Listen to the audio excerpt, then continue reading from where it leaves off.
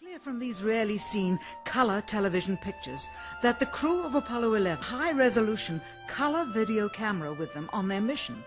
Yet the only pictures broadcast live from the moon's surface were these from a low-definition black and white camera. In fact, the networks complained because in addition to this, they were forced to shoot the images, second generation, off of a projection TV of the technology of 30 years ago, and were not even allowed to take a direct feed, which further degraded the quality and clarity of the images. Perhaps this was precisely what NASA and the federal government had in mind. After all, it was a first, regardless of where they were.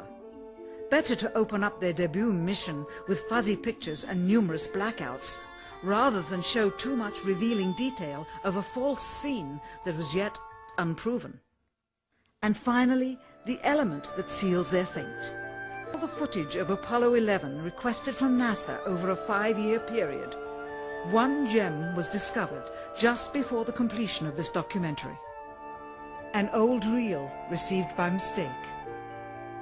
It contains the raw or unedited footage of the crew of Apollo 11, Michael Collins, Edwin Aldrin Jr. and Neil Armstrong, staging part of their mission for nearly an hour in living color, with exceptionally clear behind-the-scenes audio of conversations discussing the techniques used to achieve a disingenuous picture depicting the Earth at a distance, in order to falsely demonstrate their far journey from it and their ability to survive passing through the Van Allen radiation belts.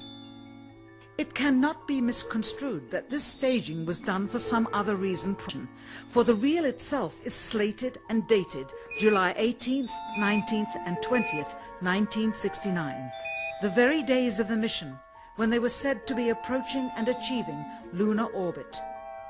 Furthermore, it is apparent they are in genuine zero gravity of the actual spacecraft, necessary to convince the mass media of their authenticity, just not any further than Earth orbit, as you will see.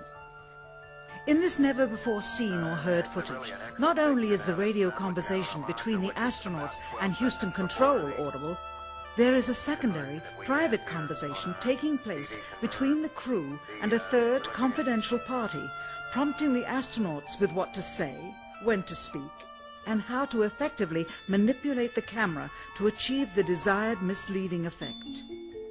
NASA claims that the Houston transmissions were the only ones taking place with the astronauts. Listen now as Houston Control initiates a conversation with the crew, only to find them too preoccupied with the behind-the-scenes trickery to respond. Moments pass and the oversight is picked up on by the clandestine third party, who quickly prompts them with talk. Immediately, Neil Armstrong speaks. Hello, Apollo 11. Houston, Goldstone says that the TV looks great. Over.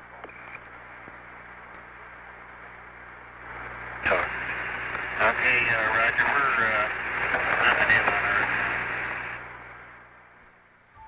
Again, the illusion they are attempting to create is the Earth at a distance, to demonstrate their far journey from it, and their ability to survive passing through the Van Allen radiation belts. Understand, too, that only about 20 seconds of this raw footage was ever broadcast to the public, and these conversations discussing their deception were believed to be private, until now.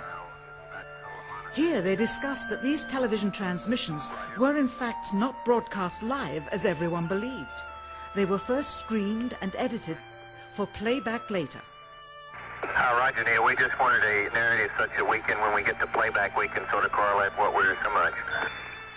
Here they discuss the fact that they have turned out the lights and have blocked out sunlight from entering the spacecraft through the other windows, as to not cause any reflected light to fall onto the spacecraft's wall in the foreground. Okay, very good. Well, we shut out the sun coming in some of the other windows into the spacecraft, so it's looking through the number one window, and there isn't any reflected light. The reason this was done is so that the truth of the matter would not be revealed. It is this. Though the federal government would have you believe that this is a view of Earth from a distance out of the spacecraft's window as it nears the moon, it is not. What they have ingeniously done is placed the camera at the back of the spacecraft and centered the lens on a circular window in the foreground, outside of which it is completely filled with the Earth in low orbit. The circumference of the window then appears to be the diameter of the Earth at a distance, with the darkened walls of the spacecraft appearing to be the blackness of space around it. That is why they wanted the interior dark and blocked out the sun from any other windows. Here you can see the extruded window, probably 2 inches thick at the bottom. This is because the Earth's shine is coming in at a downward angle. It also causes the Earth to appear to be an irregularly shaped circle, for you are seeing the outside of the window at the bottom and the inside of the window at the top, which together form 2 different sized halves of a circle. Subsequently, this take was never used.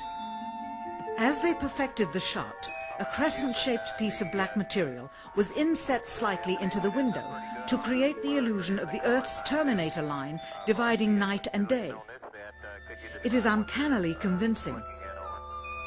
During this segment, intended to be edited and played back later for the worldwide television audience, dated July 18, 1969, Neil Armstrong condemns himself as he states that he is 130,000 miles out, or halfway to the moon, as the NASA flight log also states on this date, when he is in reality in low Earth orbit of a few hundred miles.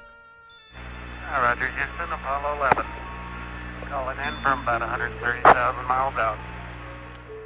Here, during another segment, also intended to air after review, Neil Armstrong falsely explains to the viewers how the shot is attained by putting the camera's lens to the window's glass, as it would have to be if they were the claimed distance away from the Earth.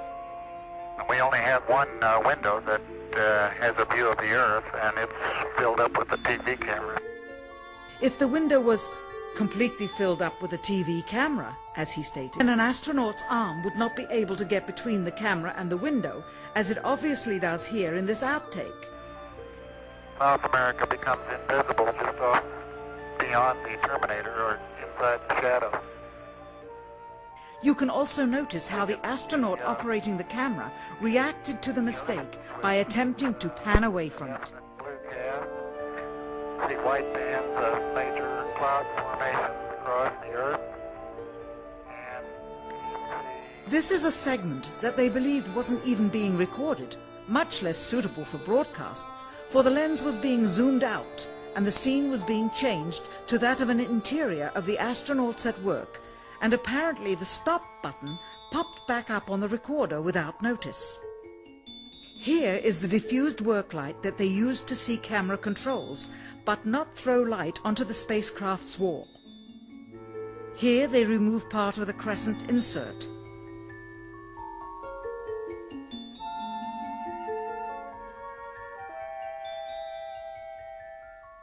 Finally, the iris is opened up to see the real location of the camera and the very bright and near Earth out the window.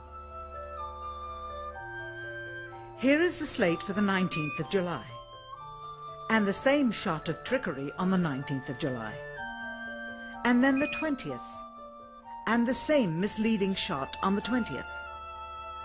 Later that evening, they were said to be walking on the moon. How can this be when they were in Earth orbit only 9 hours earlier, and the moon is some 3 days' journey away? Furthermore, if they genuinely went to the moon, why would they be faking any part of it? Why this trickery with the window? By faking being halfway to the moon, it becomes apparent that they did so because they could not even go halfway. On the 25th anniversary of the event in 1994, Neil Armstrong made a rare public appearance and held back tears as he spoke these brief cryptic remarks before the next generation of taxpayers. Today we have with us a group of students among America's best. To you we say, we have only completed a beginning. We leave you, that is, undone. There are great ideas undiscovered, breakthroughs available to those who can remove one of truth's protective layers.